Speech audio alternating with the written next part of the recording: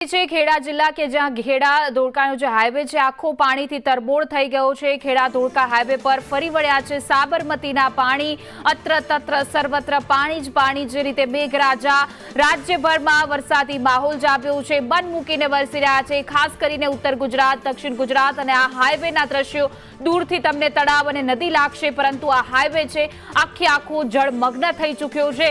અવિરત વરસાદ અને ઉપરવાસમાં જે રીતે વરસાદ વરસી રહ્યો છે તેને લઈને સાબરમતી નદી ગાંડી તૂર બની છે અને અત્ર તત્ર સર્વત્ર પાણી જ પાણી જોવા પડી રહ્યું છે। આકાશી નજારો તમે જોઈ શકાય છે, દૂરથી જોવામાં સુંદર લાગતો હોય છે, પરંતુ આસપાસના નીચાણવાળા વિસ્તારમાં જે લોકો રહી રહ્યા છે એને ડરાવનો લાગી રહ્યો છે, કારણ કે અનેક એવા વિસ્તારો છે, અનેક એવા ગામડાઓ છે કે જ્યાં એલર્ટ આપી દેવામાં આવ્યું છે। વધુ વિગતો સાથે અમારા સંવાદદાતા કરુણેશ જોડાઈ ગયા છે ગ્રાઉન્ડ ઝીરોથી। કરુણેશ, હાલ કેવી પરિસ્થિતિ છે? જ્યાં જુઓ ત્યાં પાણી જ પાણી જોવા મળી રહ્યું છે।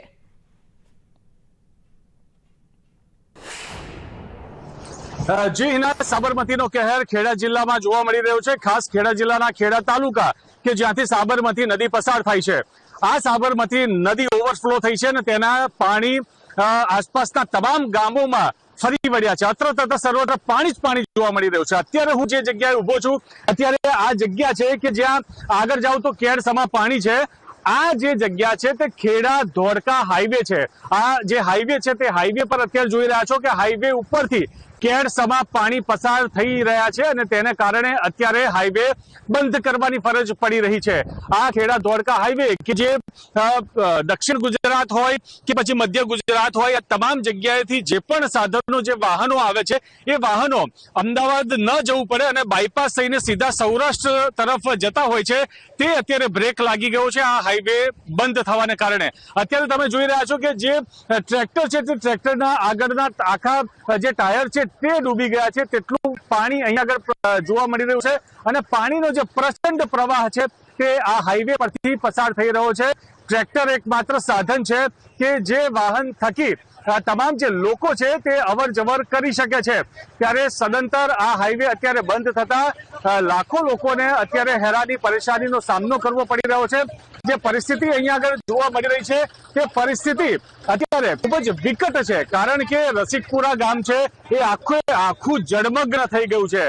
પથાપુરા ગામ છે તે પણ આખું જળમગ્ન થઈ ગયું છે અને આ ઉપરાંત નાની કલોલી, મોટી કલોલી, આ ગામ પણ જળમગ્ન થઈ ગયું છે। ગામના તમામ ઘર પાણીમાં હાલ ડૂબી ગયા છે અને તંત્રને જાણ હતી કે આ પરિસ્થિતિ સર્જાવાની છે, પૂર આવવાનું છે અને તેને લઈને 2 દિવસથી તંત્ર અથાગ મહેનત કરી રહ્યું હતું। લોકોને સ્થળાંતર કરવા માટે, ખસેડવા માટે અનેક આજીજી, અનેક વિનંતી કરી રહ્યું હતું અને અનેક લોકોને અહીંયાથી સ્થળાંતર કરવામાં આવ્યા છે, અલગ અલગ જગ્યાઓ પર સ્થળાંતર કરવામાં આવ્યા છે।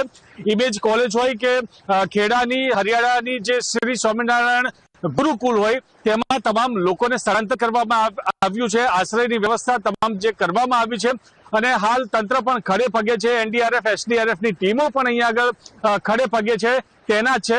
તેમના દ્વારા કોઈ પણ વિકટ પરિસ્થિતિ હોય, કોઈ પણ એવી પરિસ્થિતિ હોય, કોઈ ફસાયેલું હોય, રેસ્ક્યુ કરવાની પરિસ્થિતિ હોય તો તેને પહોંચી વળવા માટે પણ તંત્ર અત્યારે સજાગ જોવા મળી રહ્યું છે। હાલ તંત્ર એક જ ભગવાનને પ્રાર્થના કરી રહ્યું છે અને તંત્રને વિનંતી કરી રહ્યું છે કે આ પાણી ઓછા થાય અને ફરી એકવાર જે જનજીવન છે તે પૂર્વવત બને। હિના જી બિલકુલ કરુણેશ, જે રીતે દ્રશ્યોમાં અમારી સાથે જોડાવા બદલ આપનો આભાર। તો ગ્રાઉન્ડ ઝીરોથી અમારા સંવાદદાતા કરુણેશનો આ રિપોર્ટ કે જ્યાં જોઈ શકાય છે દૂરથી તમને નદી લાગતી હશે, પરંતુ આ ખેડા ધોળકા હાઈવે છે જે આખો જળમગ્ન થઈ ચૂક્યો છે।